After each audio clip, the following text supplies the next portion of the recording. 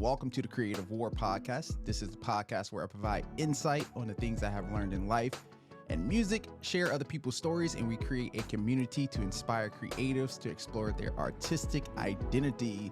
Today we have a special guest. We have my brother back, LeBron. How you feeling? What's up, man? What's up? I'm good, man. Thanks for having me, bro. Absolutely. I'm glad to have you here. We've been able to chat over the past couple of weeks about some different Yeah. things, songwriting wise. And I was like, let me bring you on. Let's have a conversation. I feel like this will be super helpful for all the upcoming songwriters that we have coming up. I do know that you're part of an amazing songwriting community. So we'll get into all of that as well. But today's episode is Help I Want to Become a Songwriter. And we're just going to be giving out some tips and we're just going to be sharing stories and all of that good stuff. So to share with people about yourself, what's your background with songwriting? Songwriting, even before I called myself technically a songwriter, I Uh was huh. already writing. In my mind, when I was younger, I thought songwriting only meant pen to paper, like Mm, putting lyrics down on paper, not understanding that there are so many other facets of songwriting. That's from the composition to arrangements to chord structure to melody to mm. concept, all these different things. And so I think one of the biggest discouragers are to people wanting to get into songwriting, like, man, I don't know how to make the flow or sound good. There's people that have strengths in different areas. I am a very collaborative type of songwriter. My strengths are in the arrangement, in the melody, in the chord Yeah. progression, the feel. I do write lyric, but I know I have friends that are great lyricists. You know what I mean, and can see the whole picture. And so you collaborate with those types of people to create a beautiful piece of artwork, which is a song. So when I was younger, I was grew up in church, Yep. arranging songs. We would sing the same 3 songs for 5 years, and it was like, man, how can we make these songs sound fresh and Right. sound new? So we would rearrange the song. We would, instrumentally do things. That's songwriting, but I Yes. didn't know that that's what writing can be. It's not only lyric and melody and things like that. But when I became about, let's see, 24, 25 years old was when I began to take songwriting seriously and really How old start are to you hone my now? craft. I'm 34, so Okay. I've been doing it for about 10 years. Gotcha. Okay. Uh, Songwriting as me self-proclaiming, hey, I'm a Right. songwriter. You Right. know what I Right. mean? Right. Yeah. Saying that, and so really studying it and collaborating with lots of people who are way better than me. I'm a proponent of, if you want to get better, you have to be able to work things out with people that are better than you. Come And on. that's in sports. That's in whatever you Yeah. play. If you want to be the best, you got to play the best. Learn from them. You might get your butt kicked a few times, Yeah. but I mean, you're taking mental notes. You're so, okay, how do they do that? You know what I mean? Uh huh. Those types of things. So songwriting has been a part of my musical journey for a long time now, professionally, especially, and it's been a great ride. And so I try to encourage people. I believe that any and everybody can be a songwriter. Yeah. If I always say, if you have lived any life at all, if you've been through anything in life, you have something to say, you can Yes. contribute to a songwriter. That's good. I like the part that you said songwriting isn't just about writing down lyrics. Why do you think it's such a secret that, often the songwriter who writes down the lyrics gets all the publishing or gets all the credit for the song when a lot of times, we have songwriters and producers, they work side by side together. So typically, if you don't know, if you're new to the process, you're just saying, hey, I came up with the music, I arranged it. But on the back end, the songwriter gets all the credit. Why do you think that's a thing for? I'm about to give too much information away, but I'm gonna Hey, you give can a give a couple little tips. piece. You can give a little Right, piece. right. Uh, I think a lot of it is that if you're not a songwriter, if you're a producer or musician, Hmm. we don't understand the music business. We don't Yes. understand the music business, and that's what hurts us and cripples us. I try to tell people all the time, please do whatever you can to research and learn what certain things mean, Or get a terminology, part of community. or get part of a community Right. that Yeah. that teaches you Yeah. what the music business looks like. There's something when it comes to like split sheets and things like that. You have writers percentage and you have publishing percentage. Hmm. The writers percentages or the writer's credit is just gives you credit for creating the piece, which is Right. great, and it's for credibility. Hmm. The publishing side is where the money is attached to, and so a lot of musicians and stuff don't understand what if I say, hey, who is your PRO? I can most musicians who might be extremely talented don't Yeah. even know what that is. You know Yeah. what I mean? And so you're already at a disadvantage. And so you might, and we live in a dog eat dog world. It no matter what Yeah. genre or Yep. space that you create Whether it's in, gospel, you know, Christian, it doesn't matter. it's Pop, business. R&B, it Yeah. don't matter. And if people, you want to see the best in people, but some people take advantage of those things. If they Unfortunately, see yeah. that maybe you might not know, they'll say, "Hey, yeah, I'll give you 100% of the writer's credit." You're thinking, "Man, that's wonderful," and Yeah. they're taking all the publishing, and that's where the money's at. You know what I mean? So Yes. just educating yourself on what it means, and then there's scenarios where, and I live on both ends. I'm a producer, arranger. I'm also a Yeah. songwriter. I do all of it.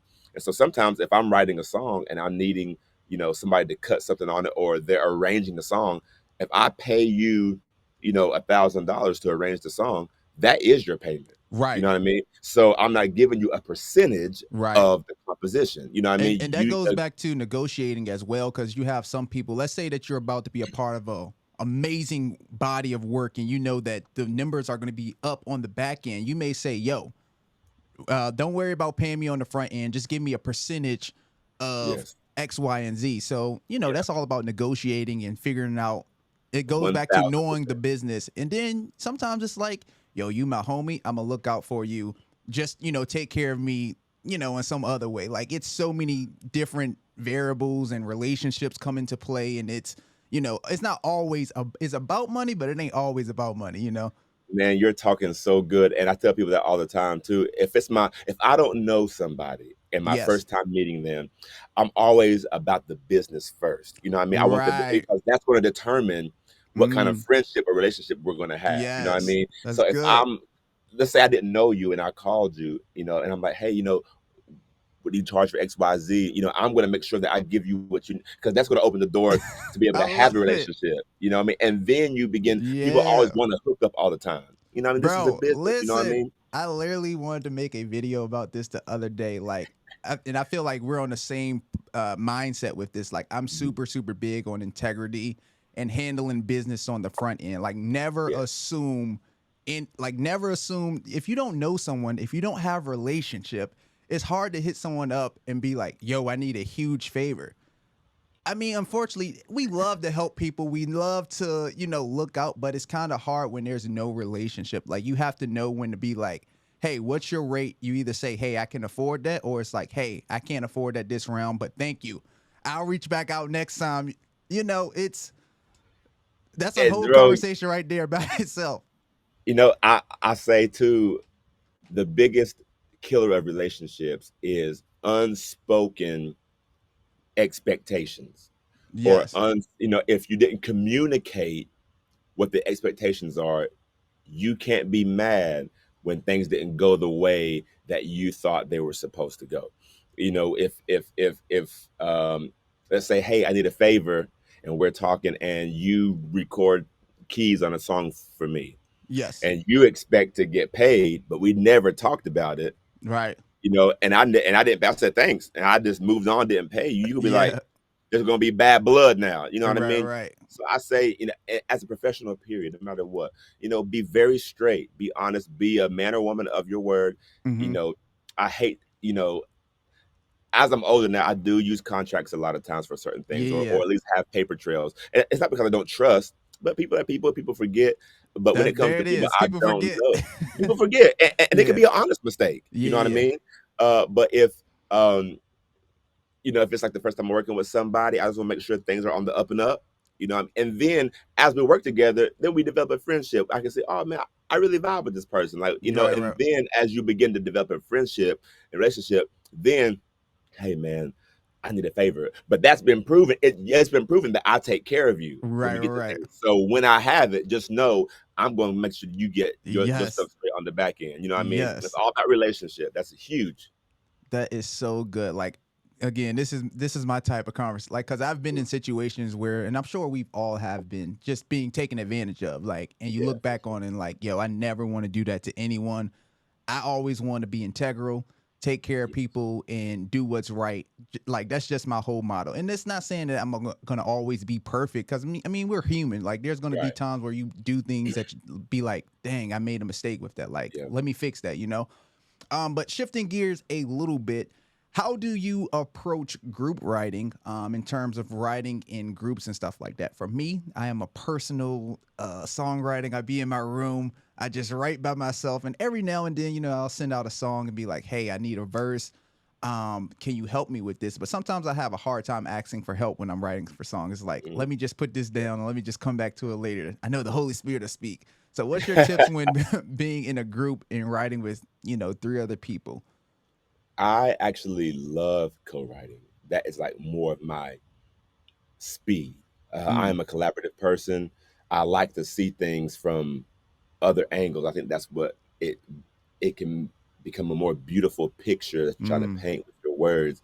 Whenever you're seeing different things from different angles. Like for me, I'm gonna be an example as a musician. I know my sound and I play like this. You know what I yes. mean? If I'm writing all these, compositions by myself, sooner or later it might start sounding the same. You know what I mean? It's Ah, like, it's yeah. like it's the same type of progression I'm playing, and I need something else to like spark new inspiration. So Yes, if I that's collaborate good. with you Mm-hmm. and your playing style might be different, the way you may like voice a chord or play a ghost note, I'm like, oh my goodness, like, why did I think of that? You know what I mean? Right, And now it right. opens up a whole nother Mm, lane that we can explore musically. Same thing in gotcha. co-writing.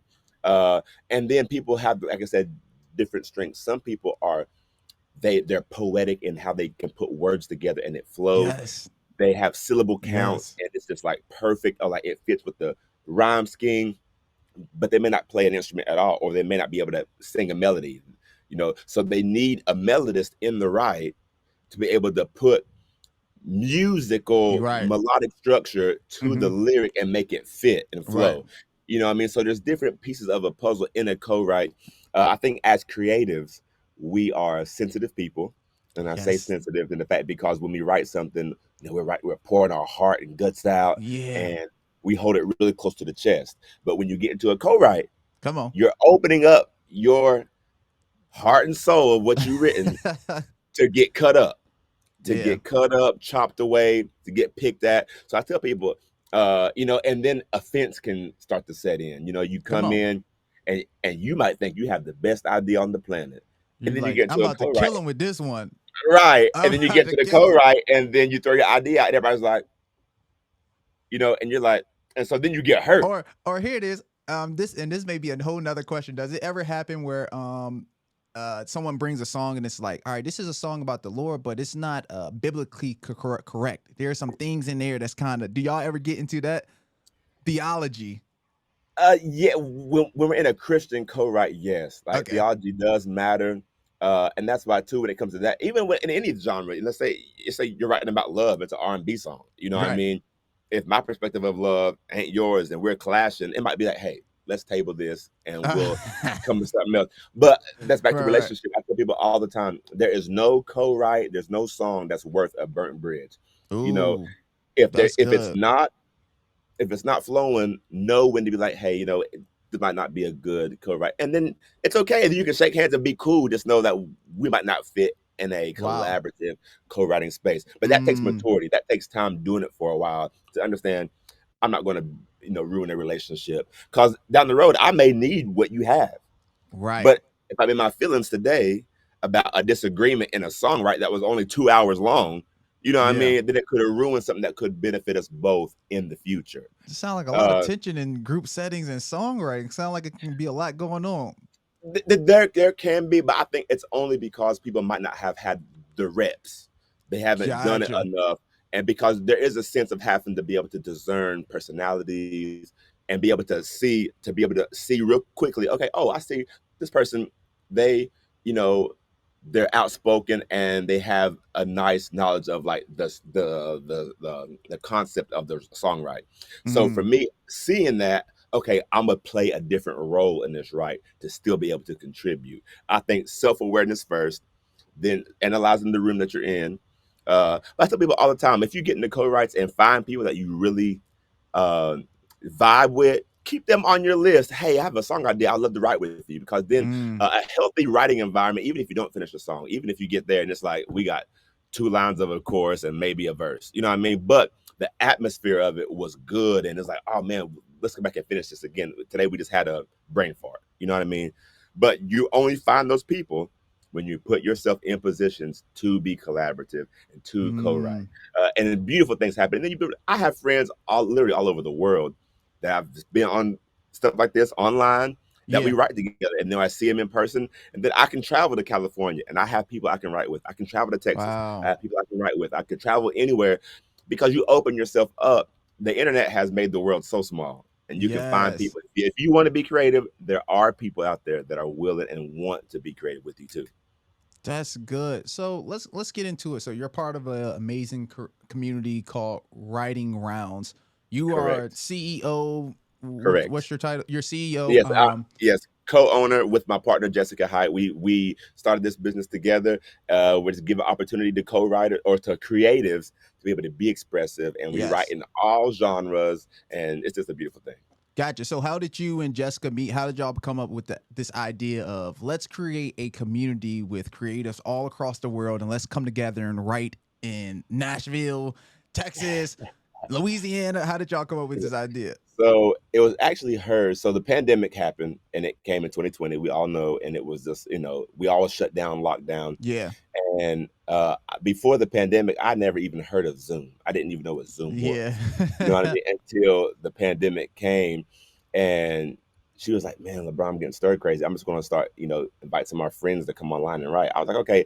I was still working. I was working at a different place at the time, so a blessing for me. I was still able to keep money coming in during the pandemic. Mm, But I would see all these posts that they were posting about like writing. They would have, you know, 8 songwriting sessions going on at the same time on yeah. I Zoom for like, remember seeing those posts in 2020 as well. I just yeah, didn't like I feel like I would say Writing Rounds, like when you click on it and you research it and look it up, it's like, all right, this makes sense. But at first, we haven't seen this before. At least I haven't. right, So it was kind of like, right, what is this?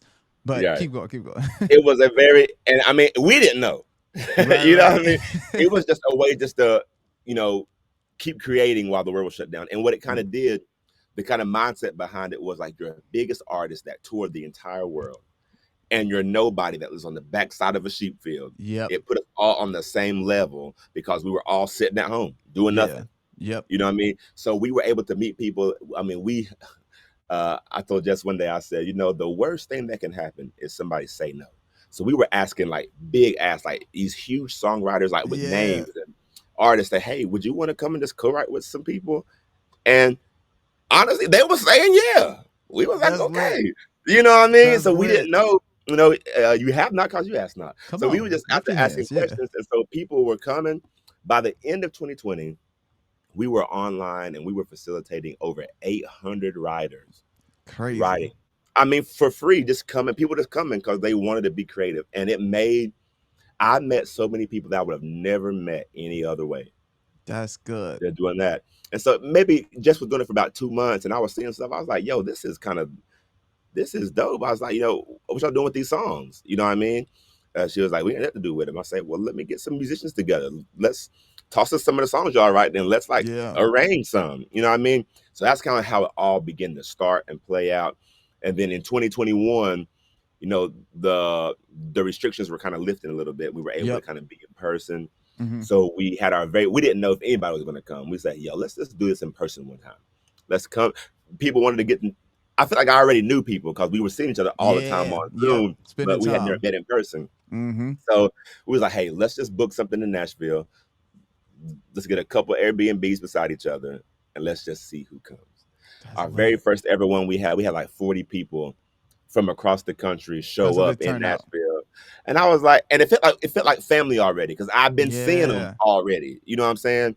And we wrote songs, and we had no idea what we was doing. You know what I mean? We just showed up, and then we started meeting great people and friends at labels and things like that were helping us, that were kind of helping us to kind of put some parameters around it and try to like structure it. And Mm. then we officially, at first it was called Zoom Writing Rounds, but we couldn't call it Zoom because Zoom was Yeah, already, right, right. so we just called it Writing Rounds. And then since then, man, the Lord's been blessing us, and we've been rocking and rolling. And so in 2 years of doing in-person retreats, we've done 14 in 2 years in person. Of course, we write online still, but to do it in person, I mean, we average like 35, 40 riders per event. And that's people that come and write. That's not including the people that come and just check it out and come hang out. We have So, guests and so you friends. literally have people that just come out and be like, "Hey, I'm musical, but I just want to kind of hang out with y'all. Like, let's vibe out, or, I play Not really, but guitar. Let yeah. me just come play guitar to some melodies, like literally like that." So online sometimes what we used to do, we used to have people come what we call like and come and observe. Like if you want to check us out, you know what I mean, you can come and see what's going on. But I'm like, if you're bringing a guitar and all that, you might as well just come on, jump into a ride. You know what I Right. mean? Don't just come and sit on the Yeah. sideline. You know what I mean? Just jump on in. And what we discovered is people want to learn, they want to grow, and we don't have all the answers, but we've been blessed to be able to be in this thing for a while, and we kind of have some knowledge that we try to share with people. um, when we were, working, because me and Jess been working together for a decade now, and it was so hard to find information on what the music business was. And we looked and we searched, we asked questions, and we couldn't get answers for whatever reason. So now that we've learned, we was like, it shouldn't be that hard. So we equip our writers and our people, with the knowledge of like how to set up your publishing, how to set up all these things, how to apply for a PRO, how to catalog your song, how to Mm, what is a split sheet, what do percentages mean, how do you do things and navigate the industry as an independent artist, how do you know all of these things that people yeah. need to know as they're getting started in their journey. And it's been a beautiful thing, man. So yeah, 14 of them, and we've traveled across the country, well, the Uh huh. Southeast. I think you mentioned some of them. We went to New Orleans. We've been to Yep. Houston. We've been to Kansas City. Of course, Tampa. Nashville's kind of home base. Yeah, we've been to Atlanta for sure. You know what I mean. And so but Nashville's kind of become home Mm, for what we do. People just love going to Nashville. I mean, it's Music City, so people just yeah. love showing up and creating. But it's been a great ride. We have another one coming up in October. Uh, and we're excited about it. And it's still open. You can still sign up, come see us, I and know have I a great need time. to. I need so. Here's a question I'll ask to the person who's hearing this and they're intrigued by this process and writing rounds and they're interested in it. What can they expect when they get into a room? Let's say they're a new songwriter. Let's say they say, I've never group wrote before. What does Yeah. it look like? What's the? I heard you say something about it's a 2 hour session and stuff like that. What does a session look like? Yeah, the time kind of varies depending on the process of the song, right? But we try to always put different types of people in the same right intentionally. If you're a beginner and know nothing, you won't be paired with a whole bunch of other Gotcha. beginners too. You know what I mean? You'll be placed with somebody who has experience, somebody at a That's high good. level, intermediate, a beginner. Because our goal is we want people to win. You know what I mean? Yeah. We don't have that competitive, if you get good, you're gonna surpass me up. No, we feel like if I win, you win. If you win, I Yeah. win. We win together, and we want to learn. And you never know what somebody has inside of them until sometimes you're being in an environment where it pulls it out of you. You know Mm-hmm. what I mean? So you come to, let's say you come to an in-person experience. You Yeah. come, you sign up, you come. We have what we call academy sessions. So like the very first, let's back up. So the very first night on Thursday night, we have what we call our community showcase. So it's a great way to like see who's at the camp that week. Oh, Um, gotcha. Okay. so This they get up lit. and they can bring in an original song that they've written or that they've released, and they can perform it for everybody. You know what I mean? So Mm-hmm. it gives us a chance to kind of see, oh man, that song is great. Oh, they have a great voice. So later that weekend, when you're in it right with them, you remember, oh, I remember you from that. You know what I mean? So it's a great way icebreaker to introduce everybody to Yeah. everybody musically. Friday morning comes, we have what we call an academy session where we teach on a certain topic, whether it be publishing, whether it be demos, whether it be pitching, whether it be cataloging your songs, like different topics to help you on your songwriting journey. How do I make a portfolio? You know what I mean? Mm. What should it look like? Uh, those type of things. And then after that session's over with, then we jump into our first write of the day. We have two songwriting sessions each day, one in the morning, one in the afternoon.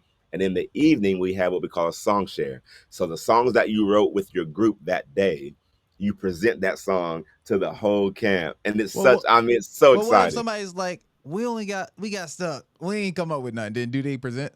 Yeah, if all you have is a chorus, sing your chorus. Come You on. know, I think the people get discouraged because we didn't finish a song. It's okay if you've been in it for 3 hours and it's time to call it. You know what I mean? If you've been in it for 3 hours Yeah. and all you got's a chorus, you know what I mean? Hey, sometimes you got to take a step back, present it, and then do a follow after the camp's over with. Do a follow up, get back with your group, get online, finish the song. You know what I mean? Yeah. Uh, so like the pressure of having to like write the next Grammy Award winning hit, got to finish. That's not there. We having fun. At the end of the day, it sounds like we having fun building We having a great time. relationships, and Correct. we getting better basically. Yes, and we're learning, but we have people that come and that are serious, and we have some great. I mean, anyway, we've gotten a lot of great placements in the 2 years that we've been doing this, 3 years, Christian and in the general market. And so we have relationship with labels and producers and executives that hear in our stuff. So you have opportunity here to get your songs heard and get your songs in front of people. And that's the beautiful thing about collaboration, because we want to be able to, somebody else might be able to take something further than I could have ever did it on my own. So yeah, that was gonna be the next question, and then we'll wrap up in a little bit. But how often, you say you guys had placement over the years? So it's not just a Yep. thing y'all just come together and we writing songs and we shelving that song for 5 years. Like, is there people in the room that's like, hey, I co-wrote on this song, but I want to release this on my album? Is there someone else who's standing in the corner who wrote with another group who's like, Yeah. hey, I want that song to be my single? Like, how does that Yeah. work, and how much traction are y'all getting with these songs that you guys are writing?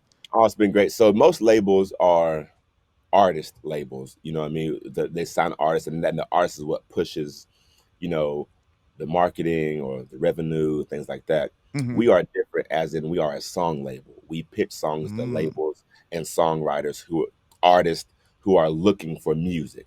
And so we have a lot of artists that come to our retreats. We call them experiences. They come to our retreats looking for music. You know what I mean? We have people from labels that come by just to our song shares in the evenings just to hear what is being written. Oh, I like that one. You know what I mean? So there is opportunity for things. We had 2 songs that were placed on a Stellar nominated Album of the Year record by Isabel Davis. We have Oh, 2 songs that's that good. and I think people think that songwriting is if you're in the songwriting game to get rich quick or to get your name out there fast, you did it for the wrong reason. Yeah. Because some of the songs that got placed on that record were written 4 years ago, Mm. and they were just sitting. You That's know what so I mean? crazy. I've heard somebody else talk about that in the industry. They talked about how they did a record for a big artist. I forgot exactly who it was in the industry, but a big time artist, and they said that he decided later that he didn't want to put it on his record and he wanted to shelve it. So he was supposed to get paid this big payout and all of that, but it can't. He found out like the artist didn't want to use it. He found out like through someone else. The artist, of course, didn't tell him like, "Hey, I'm not going to use this song," and Right. he waited like 5 or 6 years for it to actually release. So he's expecting this big payout, and he had to wait. Like, that's just the music business, Yeah. unfortunately. Yeah. As an independent songwriter, it's a long game. Yeah. You can write a song that could sit on the shelf for 8 years, and then Mm. all of a sudden, then 8 years later, somebody hears it and then it gets placed. You know what I mean? You just never know. You know what I'm saying? So I tell people, don't get discouraged. Keep writing. If you've ever been fishing before, Come on. fishing, people want to go fishing and they want to catch the fish right away. But fishing is not about Yeah. fast. You got to just go. You Enjoy the sit. climb. You, you and Kobe Bryant said it best. Come on. When you get to the mountaintop, that is not the dream. The dream is the process Yes. of the grind, because you Yes. learn, you grow, you can eventually give back and help somebody else come up with you. And then this the benefit of the dream is the Mount Rushmore. You get to the top of the mountain. But so we've had songs that took years to get placed, and Mm-hmm. then we had songs that got written this weekend at the camp and got placed 2 weeks later. Oh You know what I Lord. mean? Yeah. Like it's happened that fast before. You know what I mean? So if you're looking for a place to create, to have opportunity, to learn, to grow, to meet other creatives, if you're like, man, I need people that can help me. We have producers in our community, songwriters, Yep. artists.